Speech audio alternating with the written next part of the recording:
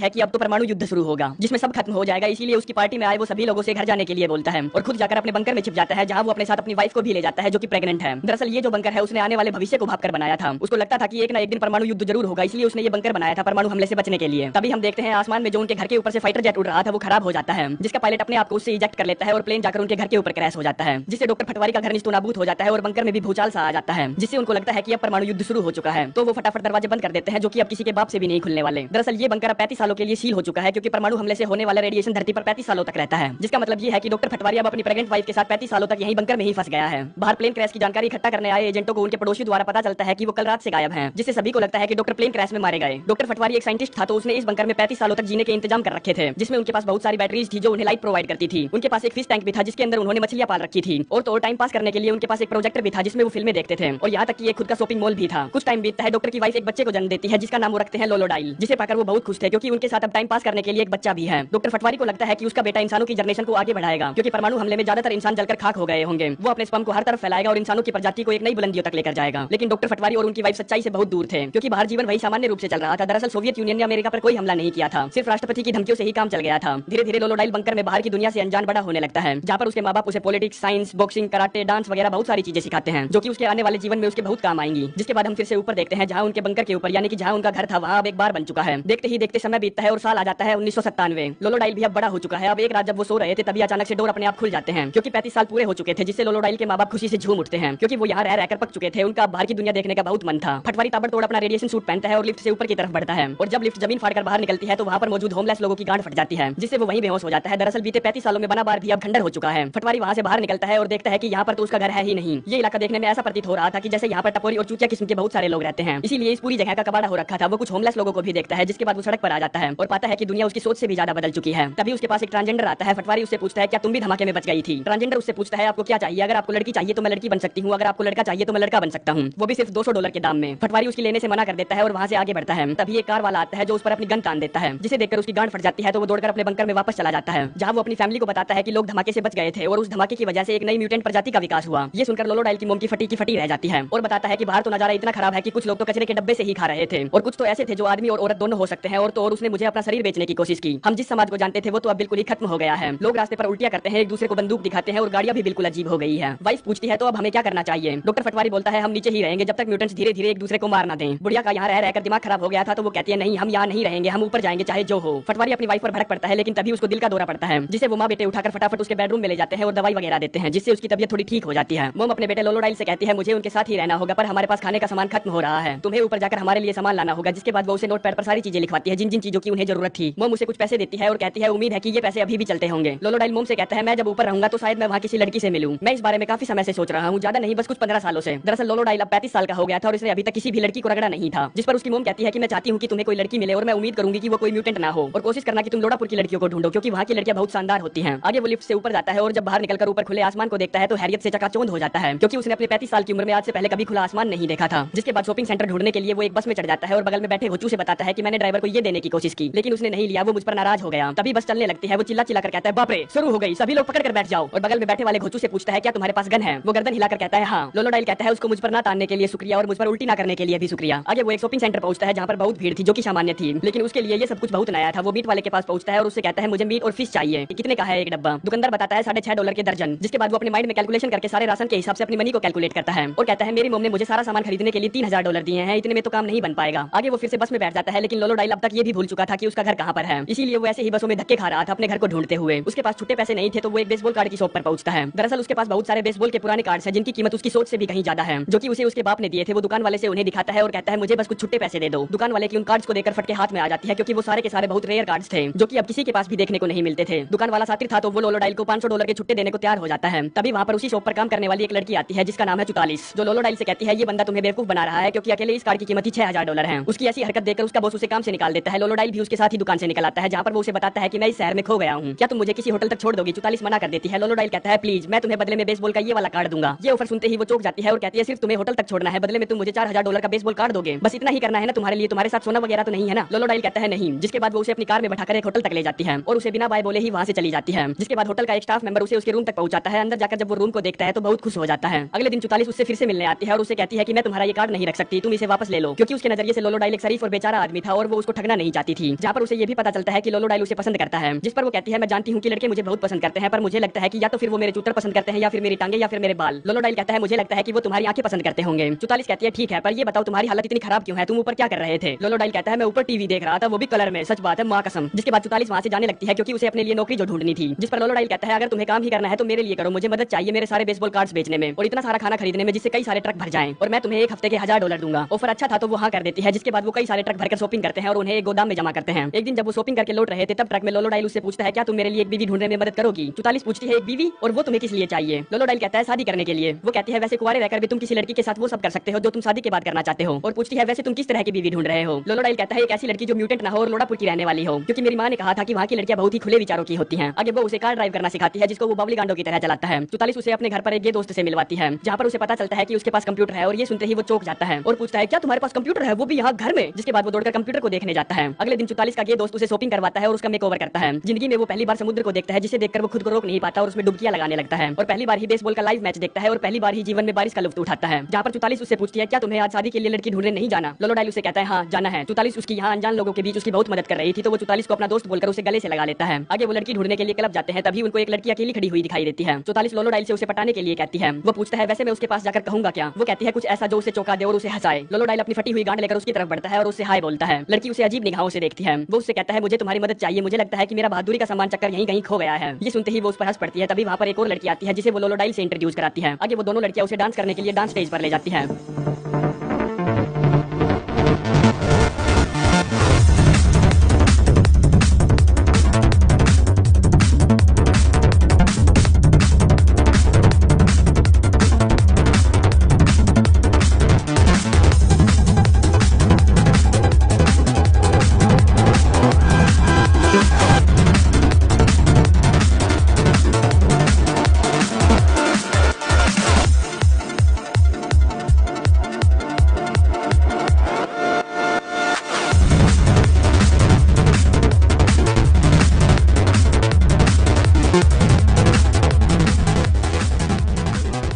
वो दोनों लड़कियों के साथ इतना गजब का डांस करता है जिसे देखकर 44 की गांड जल जाती है, क्योंकि कहीं ना कहीं वो भी उसे अब पसंद करने लगी थी। उसको गुस्सा आ रहा था तो वो वहाँ से चली जाती है और घर पहुंचती है। तब तक लोलो डाइल भी वहाँ पहुंच जाता है जिसे देखकर वो घबरा जाती है और कार से नीचे गिर जाती है जिससे उसके घुटने में चोट लगती है। लोलो डाइल उसे अंदर ले जाता है और उसके पैर पर बैंडेज लगाते हुए कहता है बच्चों जैसी हरकतें करना बंद करो। जिस पर 44 उससे पूछती है क्या तुम उस लड़की के घर गए थे। लोलो डाइल कहता है हाँ गया था, पर मुझे उसके साथ नहीं रहना था, इसीलिए मैं टैक्सी पकड़कर वापस आ गया। ये सुनकर 44 को थोड़ी सी राहत मिलती है, जिसके बाद वो दोनों किस करते हैं। इसके बाद वो उससे एक सवाल पूछती है क्या तुमने कभी किसी लड़की के खेत में अपने सामान को गीला किया है। लोलो डाइल कहता है नहीं। 44 भला ये कैसे मुमकिन है। जिसके बाद वो उसे बताता है कि 1962 में जब लॉस एंजलिस पर बम गिराए गए थे तब मेरे माता पिता बंकर में चले गए थे और वहीं पर मेरा जन्म हुआ था। हम इसीलिए बचे क्योंकि वो बंकर बहुत बड़ा था। मेरे बाप ने बहुत साल पहले इस चीज की प्लानिंग की थी। हमारे पास सिर्फ इतना खाना था कि वो 35 सालों तक 3 लोगों के लिए चल जाए, और कहता है मैं तुम्हें अपने साथ नीचे बंकर में ले जाना चाहता हूँ, हम वहीं पर रहेंगे मेरे माँ बाप के साथ। ये सब सुनकर 44 का थूक सूख जाता है और वो उसे उसके होटल जाने के लिए बोलती है। अगले दिन जब वो 44 के ये दोस्त के साथ अपने घर का सामान इकट्ठा कर रहा था तब उसे अपने घर यानी कि बंकर जाने का रास्ता दिखाई देता है, और ये बताने के लिए कि उसको अपना घर मिल गया है वो खुशी से लहराता हुआ 44 के पास आता है। लेकिन उसको लगता था कि लोलो डाइल दिमाग से पैदल है, इसलिए उसने कुछ समाज सेवी लोगों को बुला रखा था जो कि उसे अपने साथ ले जाने लगते हैं। लेकिन लोलो डाइल उन्हें चकमा देकर वहाँ से भाग निकलता है। वो 44 को अपने होटल रूम की चाबी देता है और कहता है मैं चाहता हूँ कि तुम मेरे सारे बेसबॉल कार्ड रख लो और मेरे होटल का बिल पे करना मत भूलना, और ट्रक लेकर वहाँ से भाग जाता है। जिसके बाद 44 और उसका गे दोस्त लोलो डाइल के होटल रूम पहुंचते हैं, जहाँ पर उन्हें उसका सामान मिलता है जो कि 1962 का था। वहीं पर उसके गे दोस्त को मिलते हैं 1962 के खरीदे हुए स्टॉक सर्टिफिकेट, जिसमें IBM ब्लू चिप्स वगैरह थे जिनकी कीमत उनकी सोच से भी कहीं ज्यादा थी। ये सारा सामान देखकर वो समझ जाती है कि लोलो डाइल जो भी बोल रहा था वो सच बोल रहा था। हम लोलो डाइल को देखते हैं जो कि उसके बंकर के पास रह रहे होमलेस लोगों से उसके सामान को नीचे ले जाने में मदद लेता है। वो अपने माँ बाप से मिलता है जो कि उसे देखकर बहुत खुश हो जाते हैं। 44 जो कि पूरी चूतिया थी अब वो लोलो डाइल को पूरे शहर में पागल कुत्तों की तरह ढूंढ रही थी। तभी अचानक से उसको वो दिख जाता है जिसे दौड़कर वो अपने गले से लगा लेती है। जिसके बाद लोलो डाइल उसे अपने माँ बाप से मिलवाता है और कहता है आप लोग डोर को 2 महीने पर सेट करना, मैं 2 महीने के बाद वापस आ जाऊंगा, मुझे कुछ जरूरी काम करने हैं, क्योंकि उसका बाप बंकर को फिर से 10 सालों के लिए बंद करने जा रहा था। जिसके बाद वो अपने सारे शेयर्स बेच देता है और करोड़पति बन जाता है और शहर के बाहर एक अच्छा सा घर बनाता है जो कि हूबहू उनके पुराने घर जैसा था, जहाँ पर वो अपने माँ बाप को लेकर आता है और अपने बाप को बताता है कि 1962 में कोई परमाणु युद्ध नहीं हुआ था। उनके घर के ऊपर जो बम गिरा था वो बम नहीं था बल्कि एक प्लेन क्रैश हुआ था। उसका डैड कहता है ठीक है मैं तुम्हारी बात मान गया, पर ये बात अपनी मोम को मत बताना क्योंकि वो मेरी कह कर ले लेगी। जिसके बाद वो फिर से जमीन को नापने लग जाता है एक बंकर बनाने के लिए ताकि वो फ्यूचर में काम आ सके। इसी के साथ ये कहानी यहीं पर समाप्त हो जाती है। दोस्तों आप लोगों को कहानी कैसी लगी कमेंट करके जरूर बताएं, और मैं जानता हूँ कि आप में से बहुत लोग ये भी कमेंट करेंगे कि इस बार मजे नहीं आए। तो प्लीज भाइयों कंपैरिजन मत किया करो क्योंकि सारी फिल्मों की स्टोरी अलग अलग होती है, और जब आप ये बोलते हो कि इस बार मजे नहीं आए तो साला मेरा दिल टूटकर चूर चूर हो जाता है और डिमोटिवेट सा फील करने लगता हूँ। तो इसी के साथ चलते हैं, मिलते हैं नेक्स्ट वीडियो में।